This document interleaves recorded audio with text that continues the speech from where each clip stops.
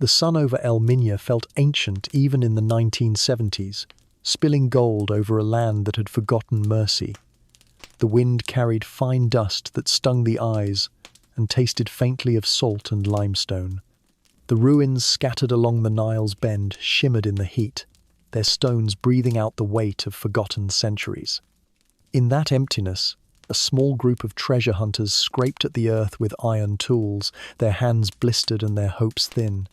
They were not archaeologists, only seekers of luck in a country where time itself was currency.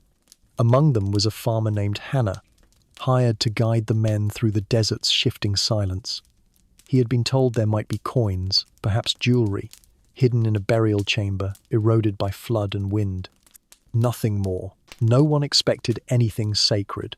The desert offered bones and pottery to anyone desperate enough to dig.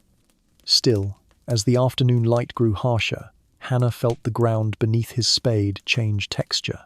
Beneath the chalky soil came a hollow note, faint but deliberate.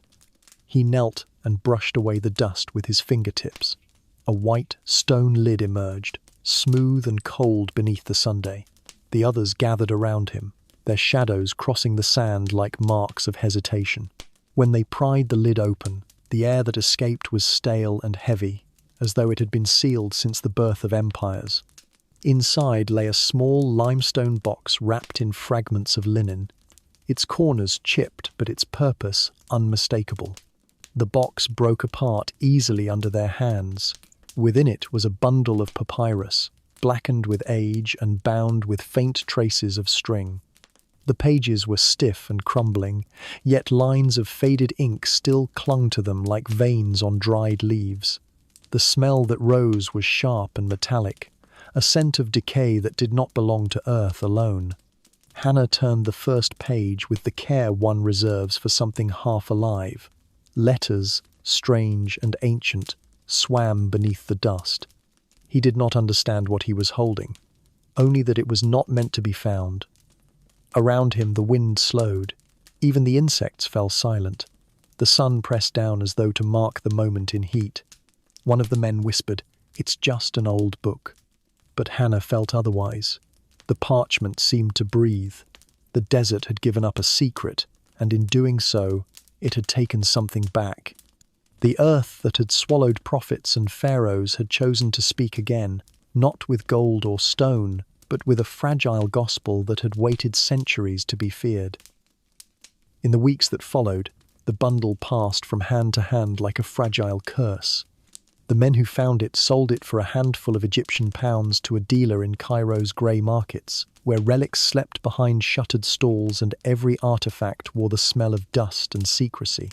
The dealer, fearing the eyes of the police, hid it inside a wooden crate filled with false antiquities and labelled it simply textiles. In truth, what he possessed was older than kingdoms and more dangerous than gold. When the papyrus finally reached the hands of scholars, its pages were already flaking apart.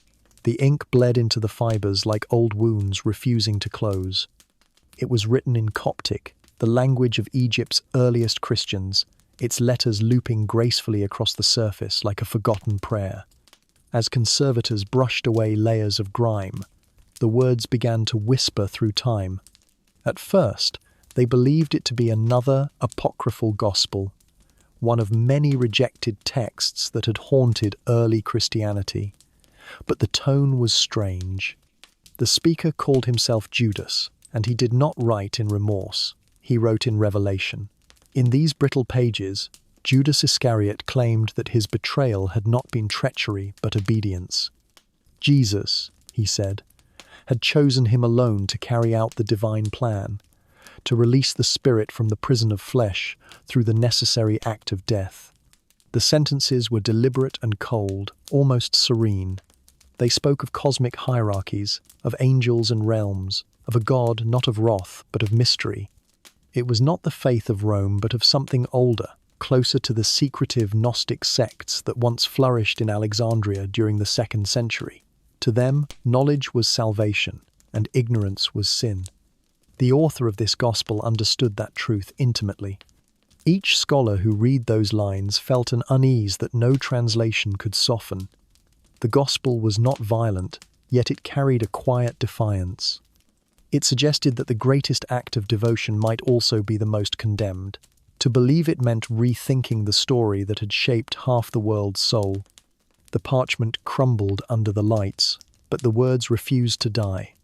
In laboratories and whispered conversations, a new thought began to take root, that perhaps the one called traitor had been the only one who truly understood his master.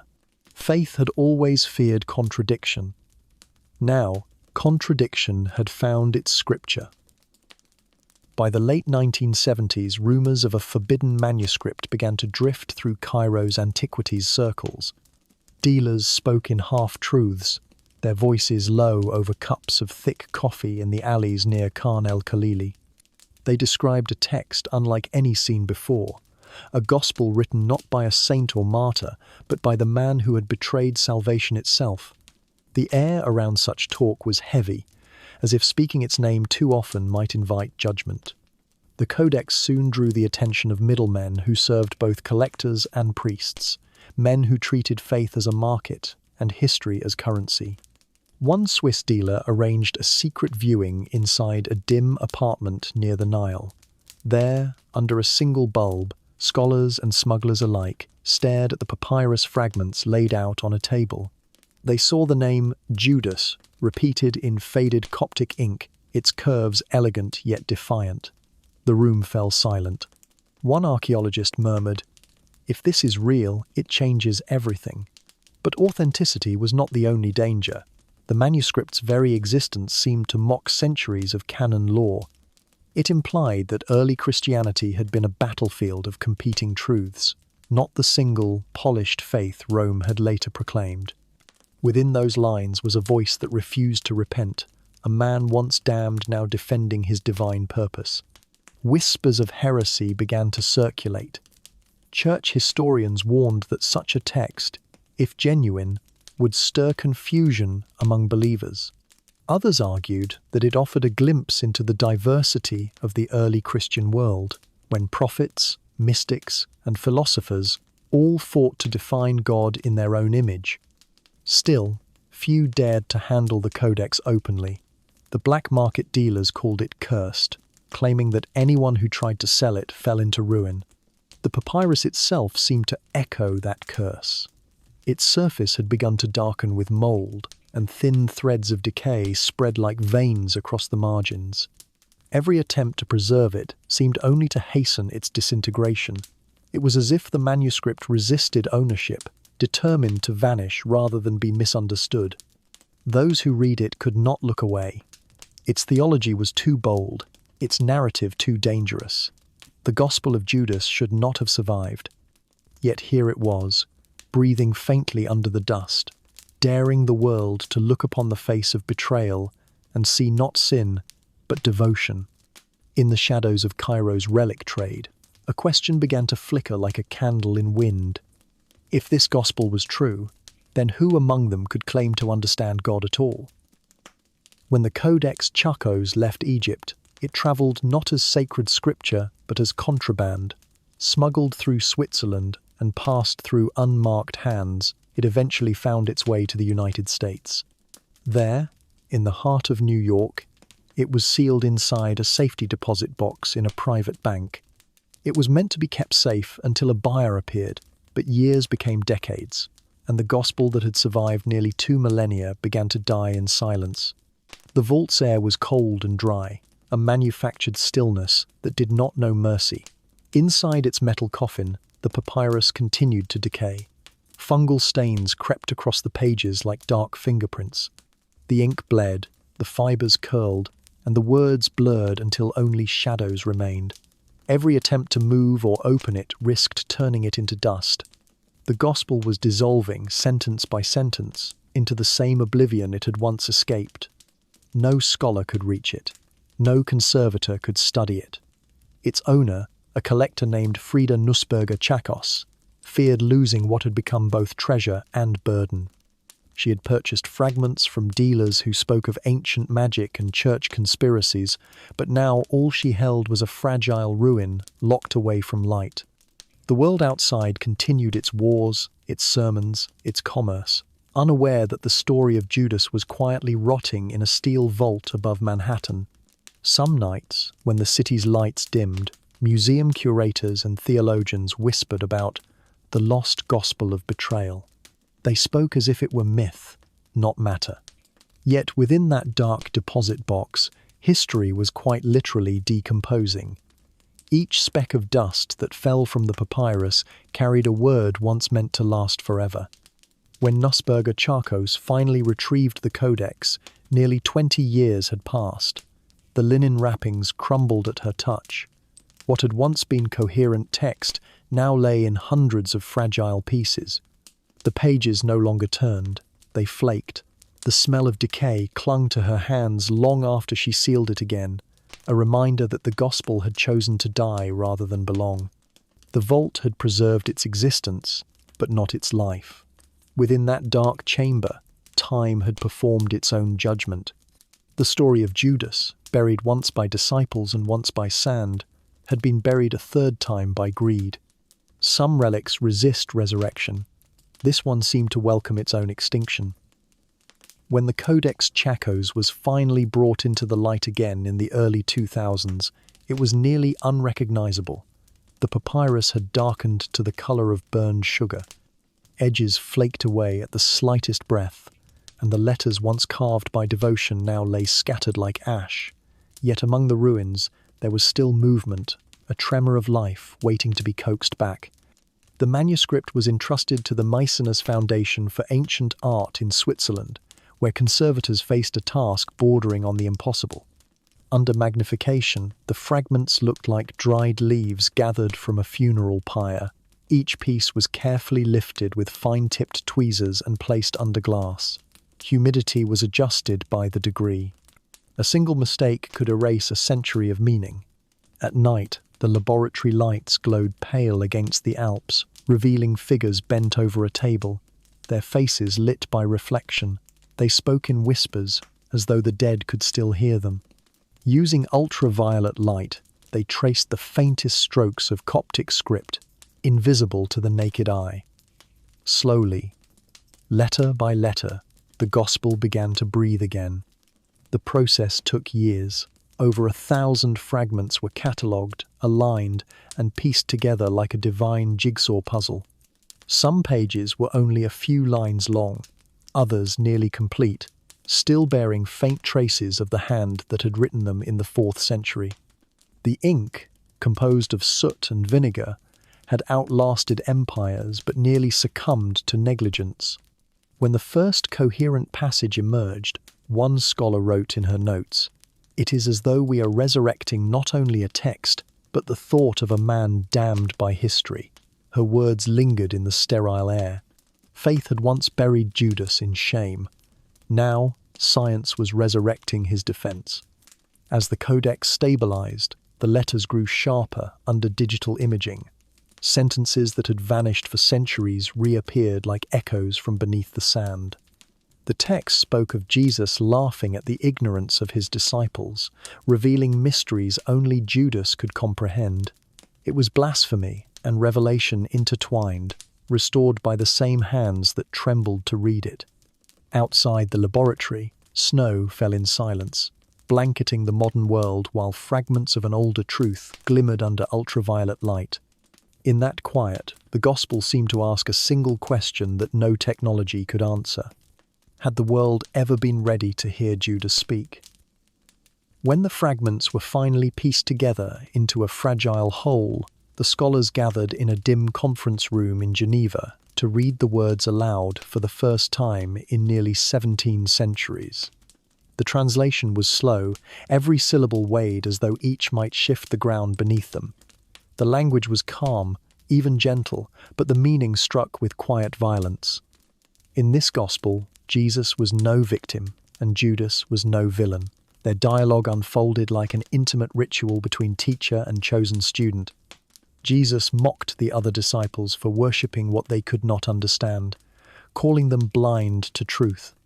Then, turning to Judas, he spoke of mysteries hidden from the rest, a knowledge meant only for the one who would hand him over. "You will sacrifice the man that clothes me." the voice of Jesus said. And in that line, centuries of certainty began to crack. To the early Christians of Alexandria, such words would have sounded familiar. They reflected the Gnostic belief that the material world was a prison and that divine essence could only return to its origin through spiritual release. In this vision, Judas was not betrayer but instrument, carrying out an act of divine necessity. His sin was obedience, his punishment, enlightenment. The scholars read in silence, their eyes flickering between disbelief and fascination. It was as if the text had inverted the entire moral architecture of the New Testament. What had once been called treachery now appeared as transcendence. As news of the translation leaked into academic circles, curiosity turned to unease. Theologians argued that the text distorted truth into mysticism, yet others whispered that the canon itself had long buried uncomfortable truths, and this was simply one that had clawed its way back to the surface. When the full translation was released, it carried with it the unease of revelation. The pages, stitched together by light and patience, now bore a message that refused containment. Across universities, monasteries, and television studios, the same question echoed. If Judas had not sinned, what then was the meaning of forgiveness? Outside, the world moved on, indifferent. But within those fragile lines of Coptic ink, the voice of a condemned disciple spoke again, serene and unrepentant, daring history to judge him once more. When the restored text was unveiled to the public in the mid-2000s, the reaction was immediate and volatile. National Geographic released its special report, framing the Gospel of Judas as a rediscovered relic of forbidden Christianity. Newspapers from Rome to New York ran headlines that blended awe with alarm. Priests called it deception, scholars called it illumination, and the faithful stood divided between outrage and curiosity. In Vatican halls, the murmurs grew tense. Church historians rushed to reassure believers that the Codex was not a threat, only a relic of ancient confusion. Yet beneath their caution lay something closer to fear. The Gospel's words had stripped open an old wound, one that religion had long sealed with certainty.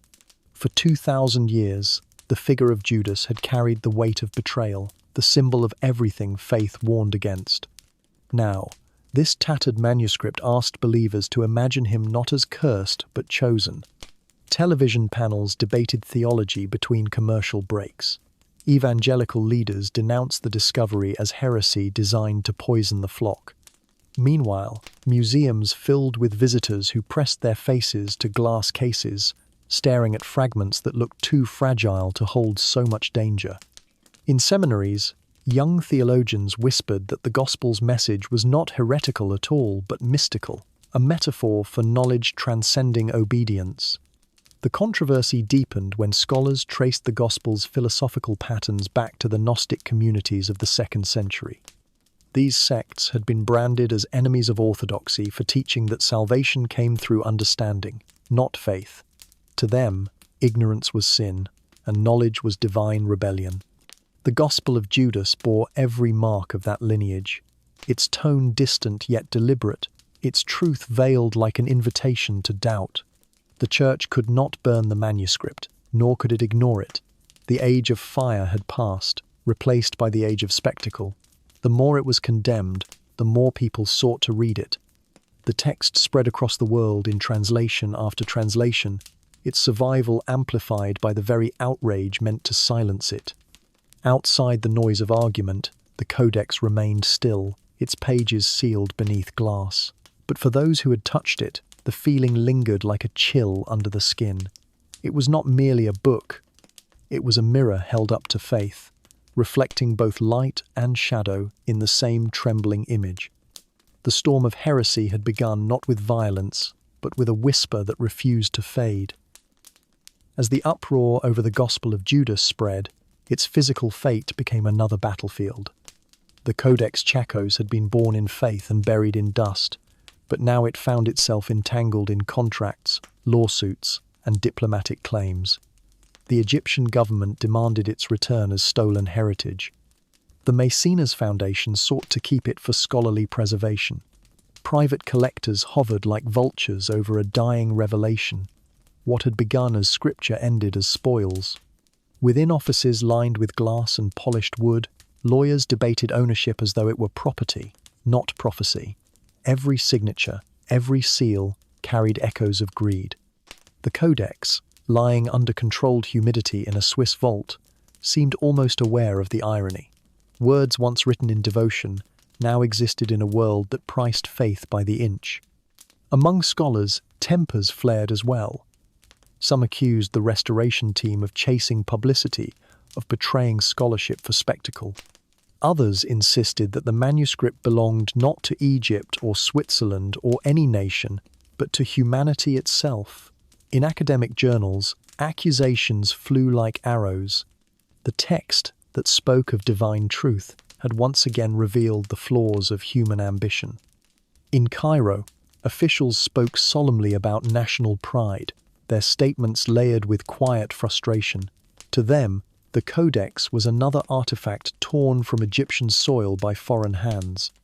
They argued that history itself had been smuggled. Meanwhile, in Europe, curators emphasized preservation, claiming that without their intervention, the text would have perished completely. Between righteousness and rationalization, the gospel hung suspended in moral limbo. Theologians watched the spectacle unfold with weary recognition. Every century had its relic, every relic its power struggle. In medieval times it had been bones and chalices. Now it was paper and ink. Yet the motives had not changed. Control the relic, and you control the narrative. The papyrus, silent beneath its layers of glass, seemed to mock them all. It had survived empire, neglect, and decay only to become another commodity in the marketplace of virtue. Each debate over ownership made it less a document of faith and more an artifact of irony. What none of them admitted aloud was that the Codex still frightened them. Beneath the noise of legal language and national pride, they all feared what it contained, a message that no one could own because it dismantled ownership itself. The gospel had once claimed that spirit could not be imprisoned by flesh. Now, even as lawyers argued, it was proving that words could not be imprisoned by glass. Those who worked closest to the Codex Tchacos began to feel its quiet gravity. Careers rose and fell around it like tides drawn to a black star. A few scholars, once celebrated for their objectivity, found themselves consumed by obsession, defending interpretations that isolated them from their peers. Others, disillusioned by the vitriol surrounding its study, abandoned academia altogether. The Codex seemed to demand faith even from those who approached it as scientists. Some whispered of coincidence, others of curse. The term spread half in jest, half in fear. The scholar's curse. It began when a conservator in Geneva fell ill soon after handling the brittle pages, her hands breaking into rashes that refused to heal. A translator who spent years reconstructing its sentences died suddenly in his sleep, a stack of annotated drafts left unfinished on his desk. A theologian who had called the Codex a mirror too dark to look into suffered a nervous collapse during a live interview. None of these misfortunes were extraordinary by themselves, but together they formed a shadow that clung to the manuscript's reputation. Journalists wrote about the cursed gospel, turning tragedy into spectacle, while true scholars recoiled from the sensationalism. Yet in quiet moments, even the most rational minds admitted to unease. They spoke of the way the pages seemed to hum under glass, or how the ink shimmered faintly when the lights dimmed, as if absorbing the attention of those who gazed too long. The gospel's danger was not in what it did, but in what it revealed. Every person who studied it was forced to confront the fragility of their own conviction. If betrayal could be holy, if sin could be obedience, then what certainty remained? The Codex did not destroy faith. It merely stripped it bare, leaving belief trembling and human. In the years that followed, research on the Gospel of Judas slowed. Grants dried up. Institutions shifted focus. The manuscript returned to its quiet rest, but the lives it had touched bore invisible scars. Those who once spoke of it with awe now did so with distance, as though naming it aloud might invite its gaze once more. The Codex Tchacos had outlasted every empire that sought to silence it. It had burned reputations, challenged dogma, and humbled reason. To call it cursed was perhaps superstition. To call it sacred was arrogance. Yet to touch it was to know that some words carry weight not meant to be borne by mortal hands. Today, the Codex Tchacos rests in the Coptic Museum of Cairo, far from the desert that once hid it and the vaults that nearly destroyed it. Inside a temperature-controlled chamber, beneath dim light that mimics the softness of dawn, the fragments lie in silence. Visitors approach the glass with reverence, but most do not realize what they are looking at. To the casual eye, it is only faded parchment, a relic among thousands. Yet to those who know its story, it is a survivor of too many burials. The room smells faintly of stone and preservative oil. Guards speak in low tones, their voices echoing off marble. The placard beside the display names it plainly, Codex Tchacos, containing the Gospel of Judas. No warning, no mention of the chaos it once unleashed. History prefers its heresies quiet once they have cooled. Tourists drift past with cameras, their reflections flickering in the glass. Some linger longer, drawn by something they cannot name. The ink, darkened by time, catches the faintest glint of light and seems to pulse like a heartbeat. For a moment, the words almost move again, as if the parchment remembers its centuries of silence and rebellion. Curators change the humidity readings every hour. Scholars visit in rotation, careful, respectful, but cautious. Few linger long. The gospel is safe now, contained by science and policy, yet it radiates an unease that even glass cannot mute. It speaks no longer to believers or skeptics, but to the space between them, a space that trembles with the weight of what it asks. Beyond the museum walls, Cairo's streets hum with life. The Nile glints under the afternoon sun, the same river that once carried whispers of its discovery. The city has moved on, but inside this quiet hall, time stands suspended between reverence and dread. The Codex Tchacos does not need an audience anymore. It has already done its work. It has made saints hesitate, scholars doubt, and believers listen. It has turned faith into a mirror and forced the world to see its reflection. And as visitors leave the hall, the lights dim automatically, returning the codex to shadow. The parchment does not glow or breathe. It simply waits, patient as ever, for the next hand foolish or faithful enough to turn its page. In the quiet after the storm, only the faint hum of the museum lights remains. The Codex Tchacos lies motionless, yet its presence feels alive, like a thought that refuses to die. The men who found it are gone. The scholars who argued over it have aged or fallen silent, and still the gospel waits, its message unchanged. It speaks not to the faithful or the skeptic, but to the wound between them. The Gospel of Judas does not ask for belief. It asks for understanding, and that is far more dangerous. It whispers that betrayal might be another name for courage, that obedience can be its own kind of sin, and that truth, once spoken, can never be buried again. It reminds the world that even the condemned can hold the divine, and that every act of faith carries within it the seed of doubt. Outside, Cairo exhales its heat into the night. The river moves slow and dark beneath the bridges, reflecting lights that shimmer like dying embers. Somewhere beyond the horizon, the desert still holds its secrets, vast and unrepentant. The same wind that once brushed the hands of the diggers now drifts across the museum roof, carrying the scent of dust and memory. If history has a voice, it does not shout. It murmurs through broken pages and ruined hands. It teaches that faith survives not because it is pure, but because it endures imperfection. The Codex Tchacos, Egypt's most dangerous discovery, was never meant to destroy belief. It was meant to test it, to remind us that even betrayal can bear the face of love. In the end, the parchment sleeps beneath its glass. The air hums faintly. The ink no longer fades. What should have turned to dust has instead become a mirror, reflecting every generation that dares to look back. The desert, it seems, never buries what it intends to be found.